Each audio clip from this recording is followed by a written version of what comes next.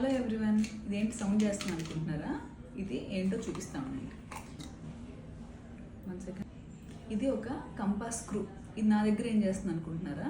ఒక 15 ఇయర్స్ అమ్మాయి యాక్సిడెంటల్గా ఒక ఎగ్జామ్ ప్రిపేర్ అవుతూ దీన్ని మింగేసింది అనమాట.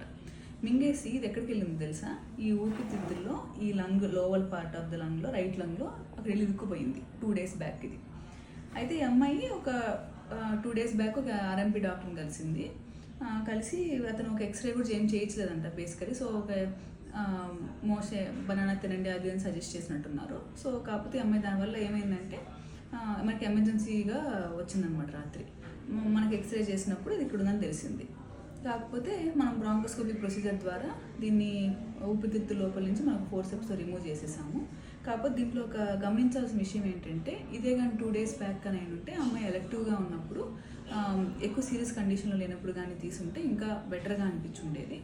సో ఎవరైనా సరే ఏదైనా యాక్సిడెంట్కి పిల్లలు కానీ మింగేస్తే ఫస్ట్ బేసిక్గా ఒక ఎక్స్రే చేయించుకోండి. దానివల్ల మనకు అది ఊపిరితిత్తులోకి వెళ్ళిందా లేదంటే పేగులోకి వెళ్ళిందా అని తెలుస్తుంది. దానివల్ల మనకి టైం దొరుకుద్ది అనమాట.